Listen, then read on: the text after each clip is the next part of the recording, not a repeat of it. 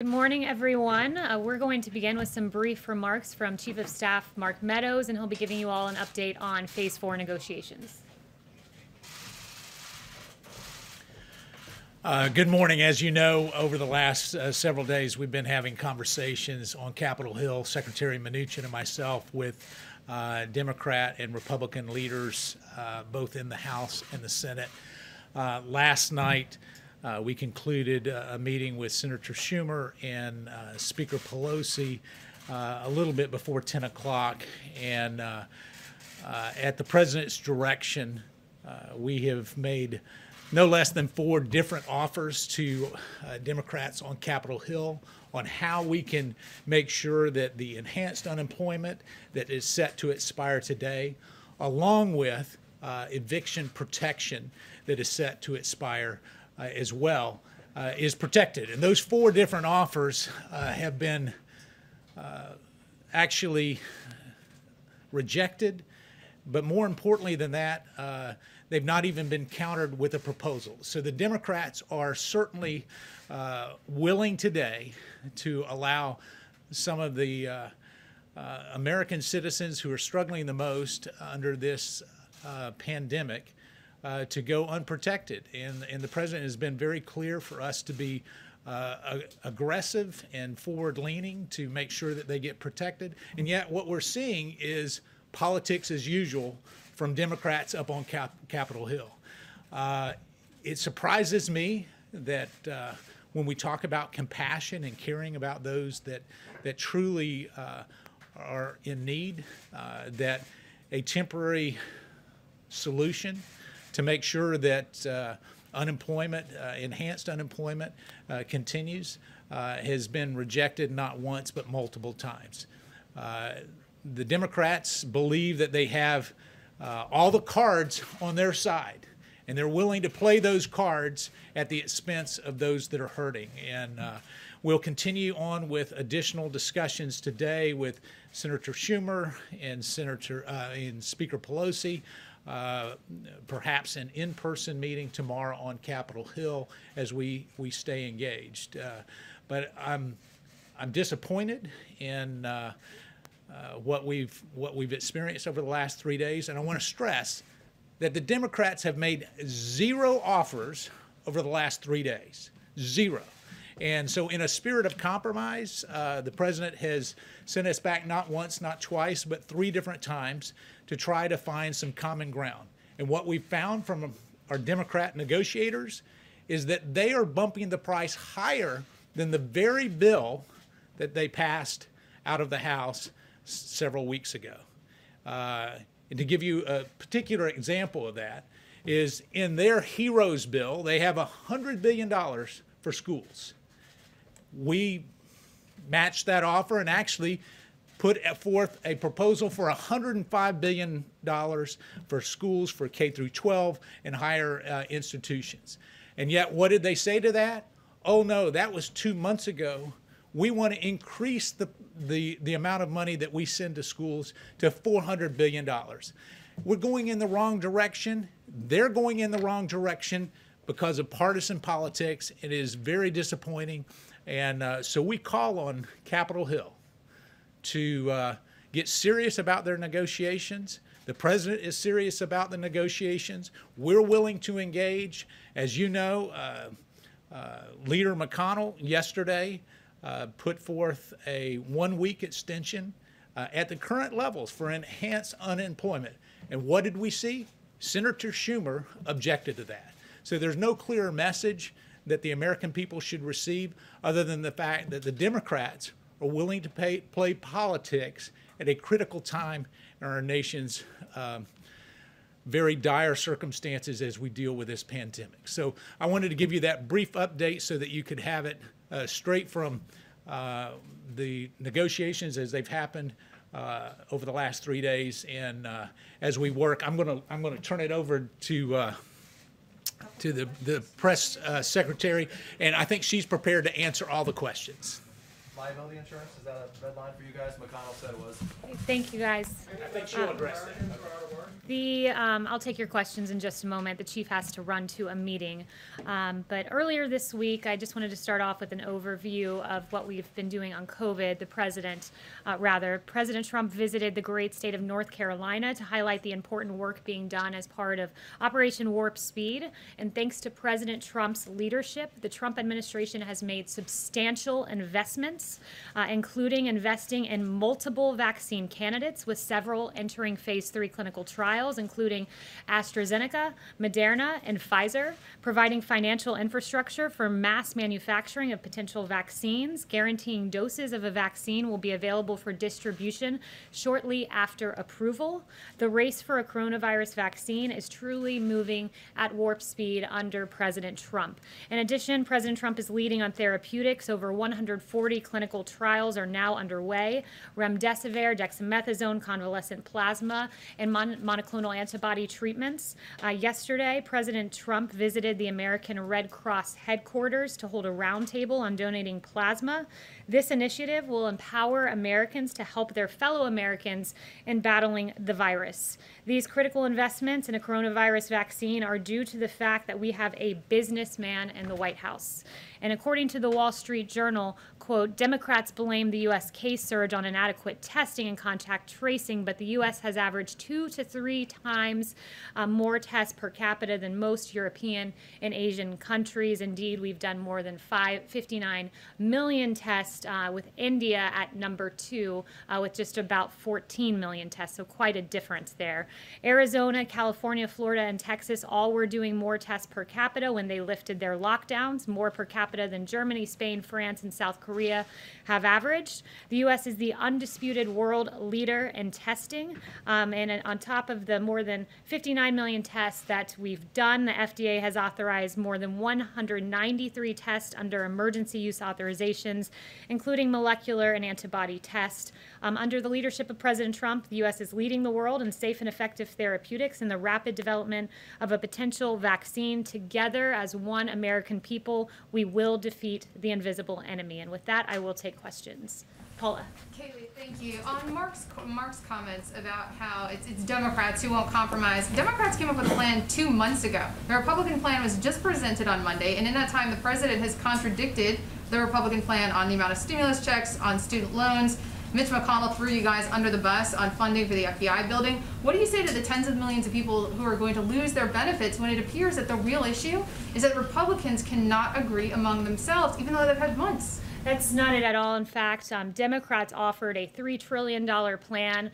We have a very specific focus right now, and it's not this comprehensive plan, whether it be the HEROES Act the Democrats proposed that was unserious, or the HEALS Act. That narrow focus is this, that Americans are about to lose their unemployment insurance, and this White House, this Chief of Staff, this President, this Secretary of the Treasury have offered several iterations to make sure that Americans who, through no fault of their own, lost their jobs during this pandemic do not also lose these checks. We've made several proposals, as Mark Meadows just said to you, and how many proposals have the Democrats made? 0. And if you want to know where the Democrats' true intentions lie, look no further than the Martha McSally bill that was presented that would have extended the $600 unemployment insurance. It was rejected by Chuck Schumer, and that was a plan that the president was willing to endorse. The White House Kayleigh, what do you say to those that are going to lose $600 a week in unemployment payments that need that money? And also,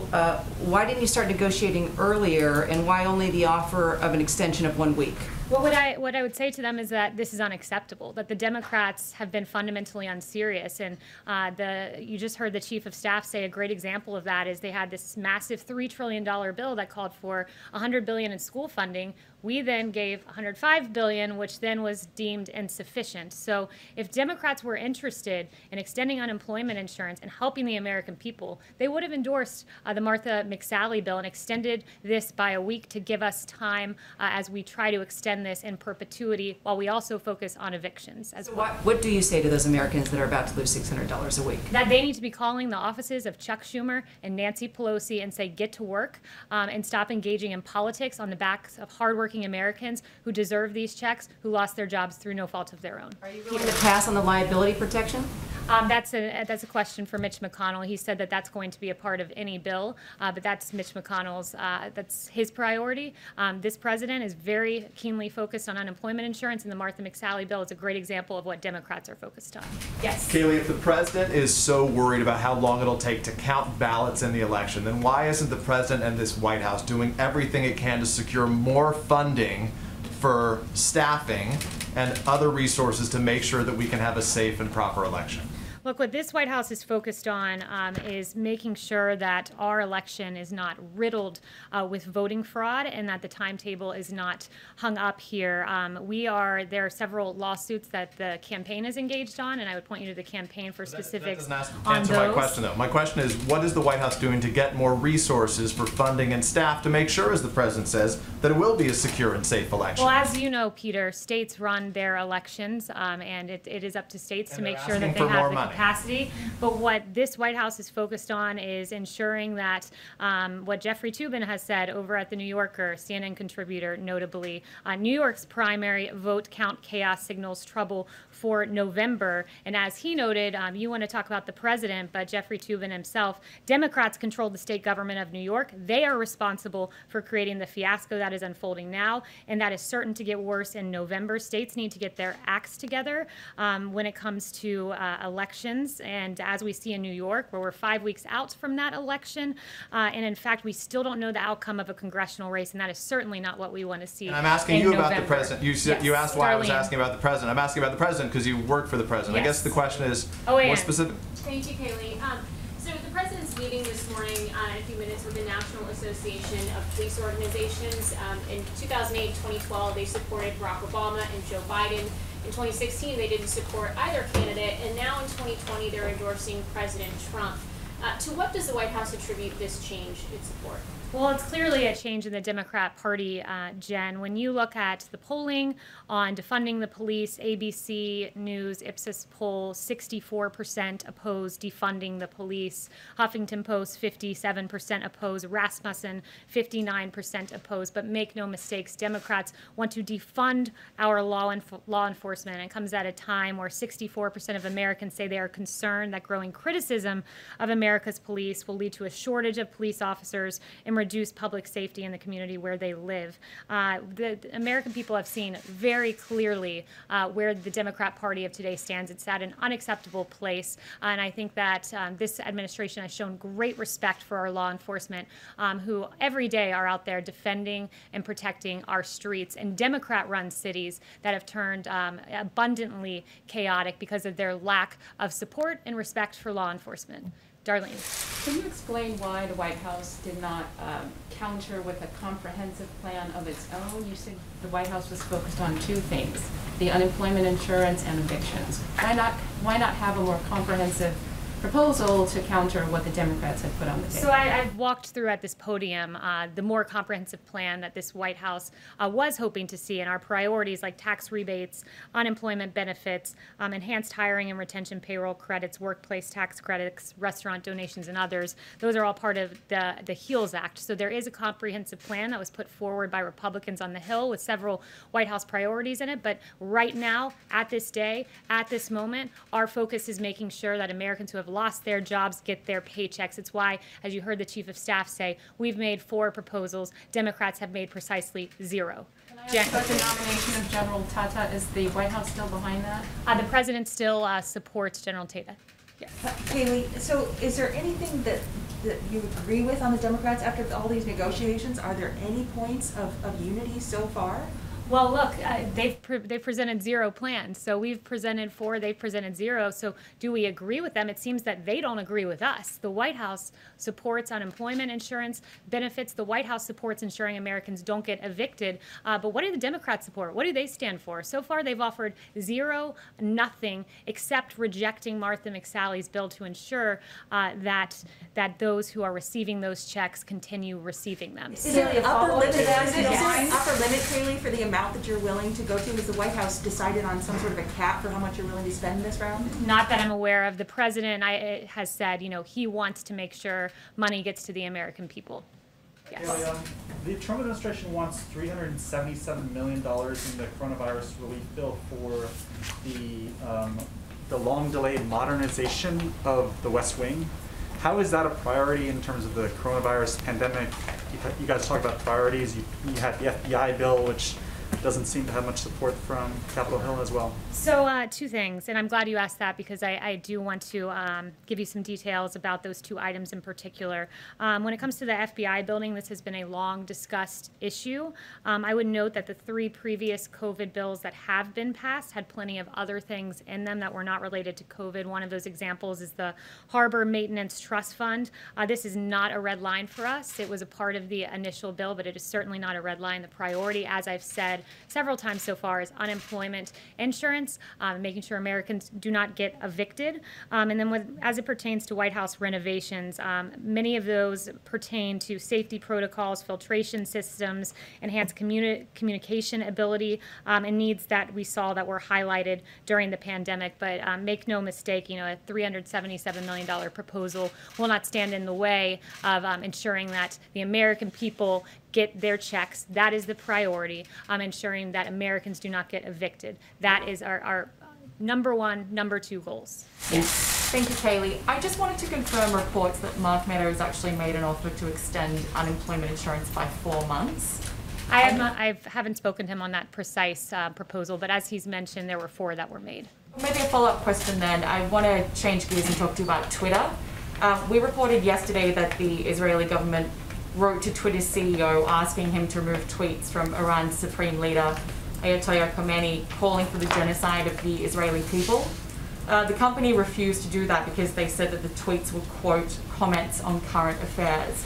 I'm wondering if the White House has a response, given that Twitter has recently begun restricting the president's own tweets for glorifying violence, quote, glorifying violence and spreading misinformation, and if you have spoken to the president about any further action perhaps he's taking on social media companies. Yeah, it's a great question, Ebony. I did see that New York Post story, and I thought it was very eye-opening, and it tells you where these social media companies stand, where they're not willing to assess the Ayatollah Khomeini's tweets, but they are willing to assess President Trump's tweets. It's really appalling, and it just speaks to their overwhelming, blinding bias against conservatives and against this president. And we are taking action. The administration is submitting a petition to the FCC for proposed regulatory changes to hold social media companies accountable for their censorship.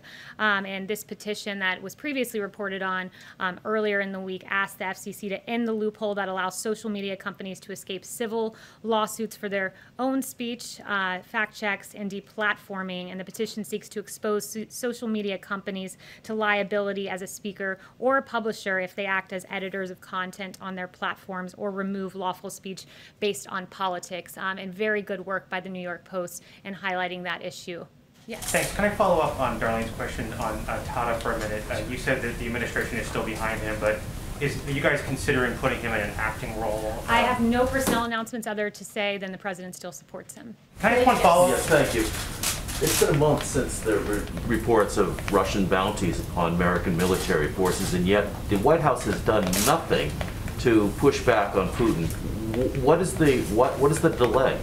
So as I've answered probably a dozen times from this podium, that intelligence is unverified. There are dissenting opinions. The media is, I would point to the Department of Defense saying there's no corroborating evidence to validate recent allegations. NSC allegations and recent press articles have not been verified or substantiated by the intelligence community, and ODNI has a similar statement. But look, this president acts. He is not afraid to stand up to Russia. He's done so repeatedly when our adversaries have directly targeted U.S. or coalition partners. The president did not hesitate to act. Look at Syria in 2018 when dozens of Russian mercenaries were killed in a retaliatory defensive strike. He has continually stood up to Russia, will continue to do so, and this president will always protect our troops and our men and women overseas, and he will act on verified intelligence. Bill. Thank you, ma'am. So Colorado, Hawaii, Oregon, Utah, and Washington all have automatic mail-in ballot systems. The White House has made its position clear on absentee ballots and also the concern over these universal systems. Does the White House think that those elections are fraudulent or more at risk of fraud?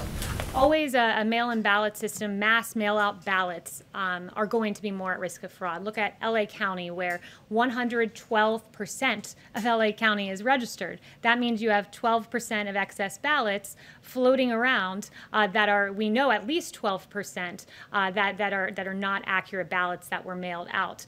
This is a very basic concept, and it's one that the media has done a very good job reporting on, not just Jeffrey Toobin at the New Yorker. You also had the Washington Post article on this that the president held up yesterday that says the results that they've seen in a study showed that there's an unexpected stress test of mail balloting systems, many of which were designed to handle only a small portion of the vote and are not ready to scale up in response to a pandemic. That was Washington Post. There was another great ABC piece, mail-in voting delays in primary caused Pennsylvania to sound alarm about November. Expansion of mail-in voting will likely delay the state's presidential race. A great CBS report. Pennsylvania's mail-in votes still weren't all tallied up after 1 week. Officials fear election nightmare in November. So mass mail-in voting is certainly subject to fraud, and good work on the part of ABC, CBS, Washington Post, and the New Yorker for highlighting the fraud that is at play, the delays that are at play, because those are, after all, the facts. Another quick one. The chief sounded quite frustrated a second ago. Is there any situation in which the White House would walk away from negotiations on Phase 4? I won't get into the middle of the negotiations, and I'll leave that to the chief and to the Secretary of Treasury. But yeah, there's a lot of passion because we're passionate about making sure Americans are taken care of. I've heard the president personally talk about this. It is his goal to make sure that those who have lost their job get these payments, and those who, through no fault of their own, do not get evicted from their homes. So those, again, two big priorities for the president. Raquel? Yes, thank you, Kayleigh, so much. I have two questions. One, you were here saying that how well the administration is doing is responding to the pandemic, but the facts don't show that, and Americans are struggling and scared. What do you tell them, the American people?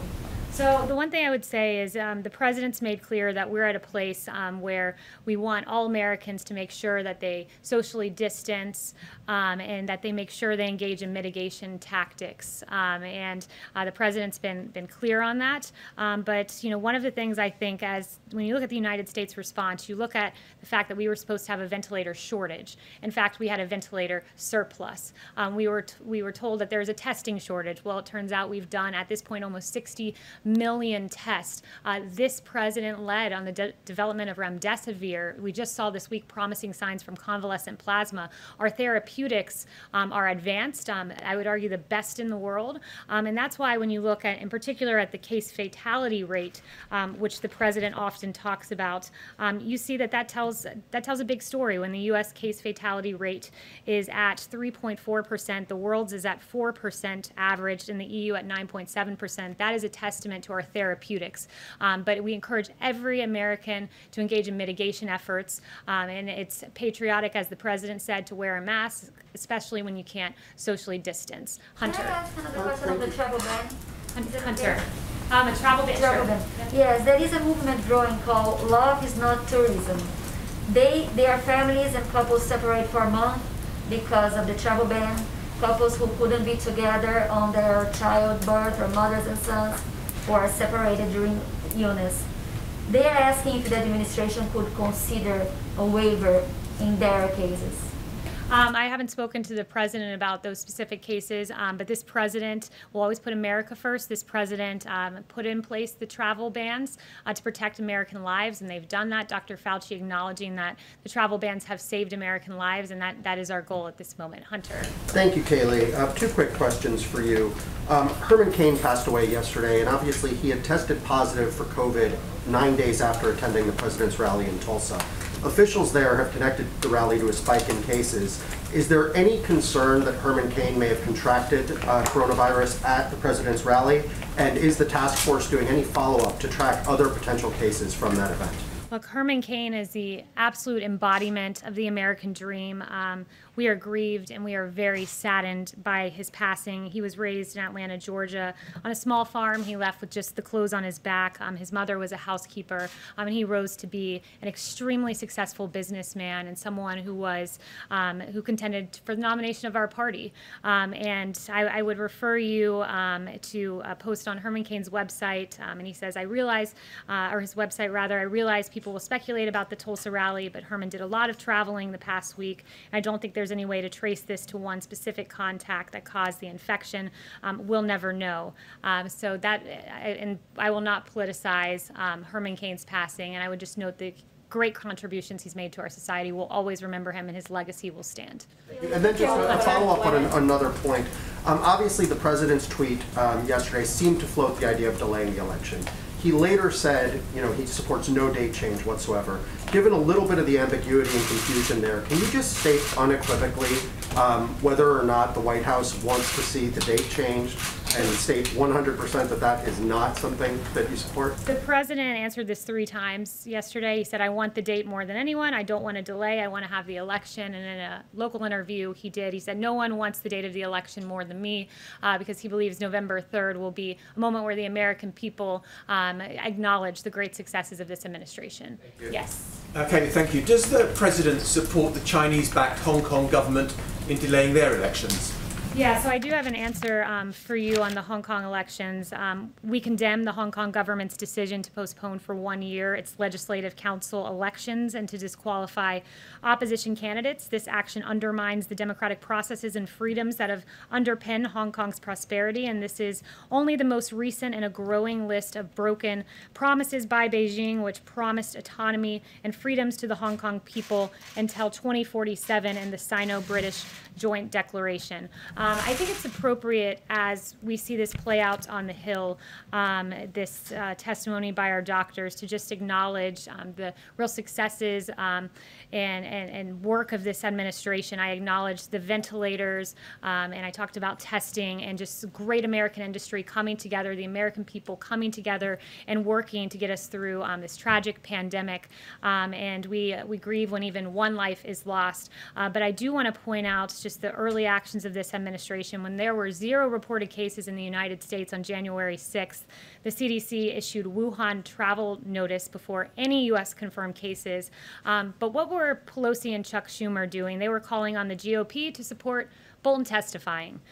0 reported cases in the United States on January 17th. The CDC implements public health entry screenings at 3 major U.S. airports receiving the greatest volume of Wuhan passengers. What were Democrats doing? Oh, House Democrats were preparing to file their first brief in the sham impeachment inquiry. When there was 1 reported case in the United States on January 21st, CDC activated Emergency Operations Center. What were Democrats doing? Oh, Chuck Schumer was calling for witnesses in the impeachment trial, and Pelosi released a statement criticizing Mitch McConnell for his trial rules. And finally, when there were 7 reported cases in the United States on January 31st, President Trump issued travel restrictions on China and the first mandatory quarantine in more than 50 years. And those travel restrictions saved American lives. But what were Democrats doing? Pelosi was introducing the No Ban Act, which would have imposed undue limitations on the president's authority to restrict entry of aliens into the United States. And what are Chuck Schumer and Nancy Pelosi doing now? Stopping Americans from getting their unemployment insurance. And it's despicable, and it's time for them to come to the negotiating table. Thank you very much.